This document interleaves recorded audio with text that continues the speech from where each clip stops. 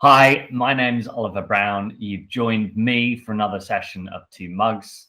It's the 11th of November, and I'm happy to have Stephen Bannister back with us after a short hiatus to talk about the C market. Steve, welcome. Thanks, Ollie. Really glad to be there, and thanks for a great conversation last round with Eli. I really enjoyed it. Yeah, no, it was fun to be part of, and good to sort of get that quality perspective. I think it's really important to have both. So no, it was good fun. I want to obviously focus in on the C market. I'm not going to pretend that my last week's comments were as depth as yours need to be, and so I did just want to take some time to look at where we were at today, where we're at this week.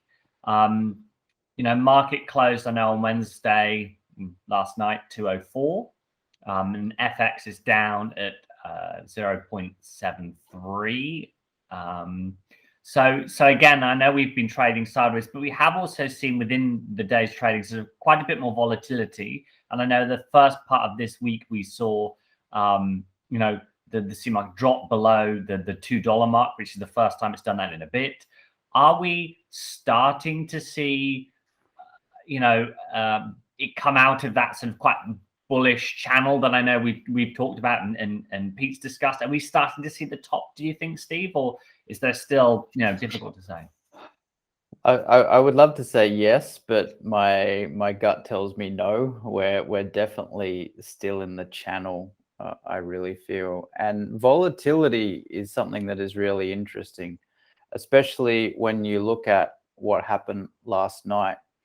And it's really interesting to maybe bring up a few points on exactly what is happening when the market finishes for the day, because there's a closing price and there's a settling price.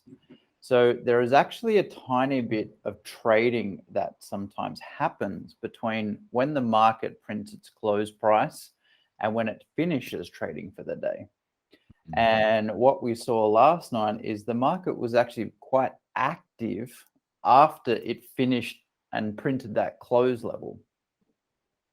And that's got me a little bit worried because I feel many people are still waiting. They've got contracts to fix on the Z or December futures contract.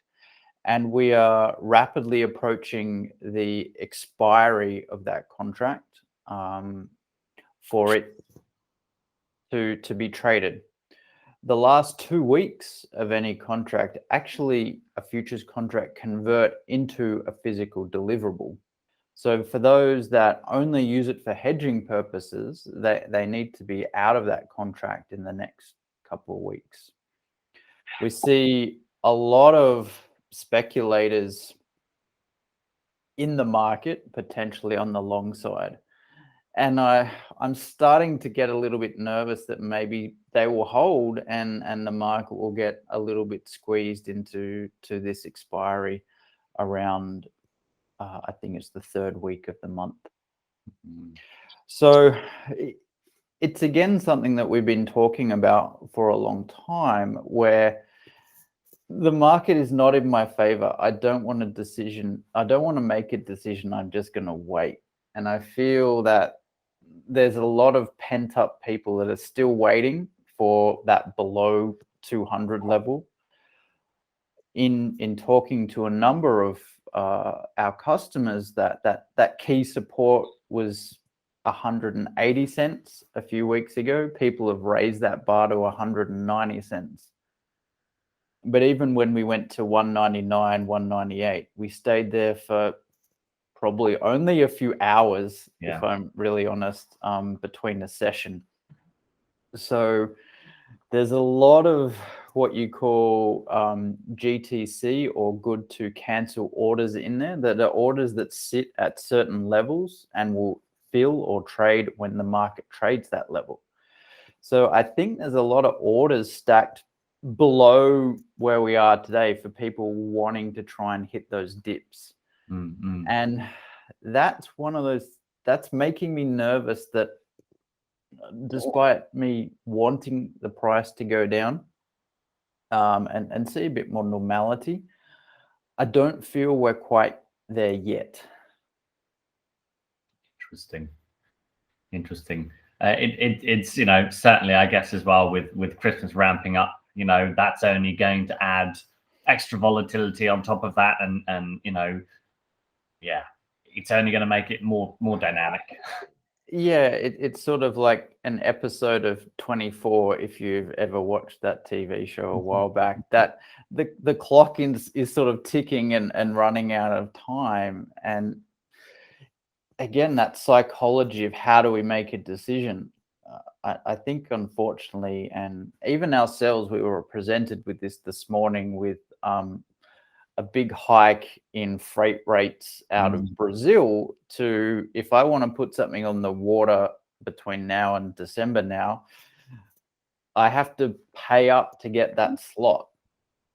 And we're all being faced with a lot of these challenges at the moment, and it's not easy. We either close our eyes and work out, how do I cover that cost, or can I cover that cost, or is my accountant or financial controller going to have a small heart attack when I pass them a bill and it's 3 times or 10 times the price of what it was that we budgeted or years before? And this is what we can't even plan for. And I think the mechanism of still the market is really, there is bullish factors, there is bearish factors, or factors that will push it up and factors that will push the market down. Even we're seeing great comments on positive weather in Brazil, but that coffee is still 24 months away of really being positive. We're hoping that the amount of harvest can be improved over the next few months with better moisture, but the frost has done its damage, and it's still a wait and see on, can those flowers convert to fruit, and can the Brazilian farmer have confidence that they actually want to sell? Because we haven't quite seen that either. We haven't seen that raft of selling from Brazil. They're still maybe holding something like 40% of their harvest this year, and that's in the warehouse, that's sitting there, that's waiting for them potentially to have confidence. They've also got, what am I going to do next year? Waiting, seeing what is the best price. Sometimes we miss the top of the market because we're always waiting for it to go higher. Yeah. And then once we've missed that, we'll see everyone enter the market and push it down further. But I think we're still exploring of what is the top of the market at the moment. Yeah. And I guess it comes from the point of view of, the Brazilian producers are very connected. I think we talked a little bit about this in past episodes where, they've got the technology, they're aware of where the market is, they're very self-aware of where their price sits within that. And as you say, like they know they can, potentially get more. And the other thing, I mean, like we've talked about those fundamentals. So the fundamentals say that, the market should come, the price should come back to us. But, are we edging into slight panic? Are we edging into, I mean, a market is never, a market can never be rational or irrational. It just is. But, is there, does it even matter that it is? It's just, it's just trading, speculative and sort of technical side, I feel at these times you will always have people that will come out with doom and gloom scenarios, and I'd be a bit wary of them. Having looked at markets for a while now, we've gone through a couple of periods where people go, it's going to $4. It's like the end of coffee. No one can afford a cup of coffee. But we never went there. We never even went to $3 when those people were saying $4. So could it happen? It could. Is there reasonable facts behind people's claims of we're going higher, higher, higher? I don't think so. I think most of the information is priced and known into the market today. It's about finding its feet. And I think we've always got to come back to the point that this is actually a time that the farmer can recoup a bit. We as the roaster, as the consumer, have had a good 4 or 5 year run on prices at or below cost of production. And as much as I want it low for our customers, I want it high for our producers. And we do need those cycles to be able to ensure that producers want to keep producing. Coffee generally being a one harvest a year thing, that's everyone's livelihood is built up into that one event. And we're seeing constraints everywhere still. Luckily, us in Australia, we're opening up a little bit now. It's feeling a bit more relaxed than it has been. We've even been to the office this week for those of us in Sydney. So that's been a novelty. But you've still got migrationary labor issues in many countries, the physical cost of that labor to pick coffee. We're going into the Central American harvest now. So there's still a lot that could happen. I don't feel we're going on another huge bull run from here, but we are experiencing that. Where is that new norm? Is the new norm, we wanted it to be 160, 200. Is it now maybe 180, 220? It's really hard to say right at this point, but I don't see us. I wanted us to not hold above 200, but literally for this sort of, I think it's third or fourth dip above 200, we've held, and that's a psychological level at the moment. Yeah, that's very interesting. One of the things I sort of noted is that, not only are our customers being much more aware of the sea market, but I was sort of asked in a number of different social events. I do karate, we have friends, and they are talking about the price of coffee going up, and they're all aware of it, and they know that someone was sort of saying, oh, I'm not going to buy as many, but I'm going to buy really good coffee when I buy it. It was really interesting to see this news is flying down to the consumers as well, which I guess is a good thing. Yeah, I think it's starting to flow through the media channels, and definitely overseas. We've seen price changes already on retail shelves. I think a huge shout out to those roasters and in Australia is that they've really coped with the price so far. Where what happens next year is still a bit of an unknown. But I think people are looking for value, and what we've seen in the COVID times is that people have actually upgraded their home setup to brew or make coffee quite considerably, and that's really put a spotlight on probably higher commercial and specialty coffees to really people feel like I don't quite want an espresso before I want to taste something with more nuance, more of a link all the way back to the terroir that it's been grown in. And I think we're going to see a bit of a benefit from that, of the expectation of the consumer again. I mean, maybe, dare I say it, the fourth wave is the home wave or something. Even. Nice. So yeah. Yeah, fascinating. And that sort of leads slightly into a segue, which I want to talk about, which is my favorite origin, Ethiopia. Mustn't have favorites, but I can't help it. And that's a really sort of difficult situation at the moment. Civil war, Tigrayan people, Oromian people now coming together against the government.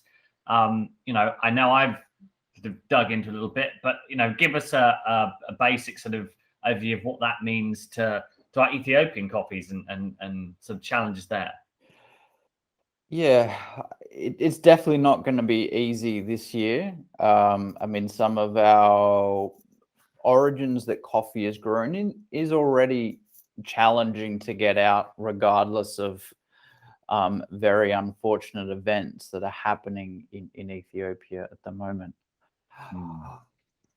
And that leads me really to, again, I think a theme that we continue to touch on, which is being organized, because being organized is about helping us communicate people's needs and wants within their next coffee cycle, so that we can work with our networks and do our best.